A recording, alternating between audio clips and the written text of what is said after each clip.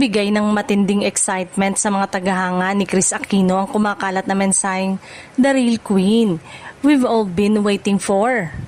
Dahil dito, marami ang naghihinala na posibleng malapit na ang pagbabalik ng tinaguriang Queen of all media sa showbiz.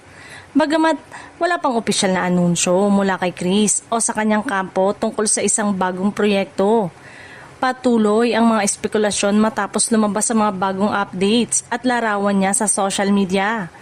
Marami ang nagsabing tila mas maayos na ang kanyang kalagayan kumpara sa mga nagdaang buwan. Matatanda ang ilang taon ding nagpahinga si Kris upang pagtuunan ng pansin ng kanyang kalusugan. Sa kabila ng kanyang pinagdaanan, nananatili siyang isa sa mga pinakaminamahal at pinakainaabangang personalidad sa industriya. Samantala, patuloy namang umaasa ang kanyang mga tagahanga na makikita siyang muli sa telebisyon o sa isang bagong digital project.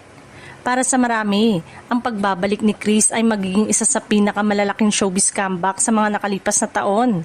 Sa ngayon ay wala pang kumpirmasyon kung kailan o paano magaganap ang kanyang inaabangang pagbabalik. Hanggat wala pang opisyal na pahayag, nananatiling haka-haka lamang ang mga kumakalat na balita, ngunit hindi maikakaila ang pananabik ng publiko sa muling mapanood si Kris Aquino.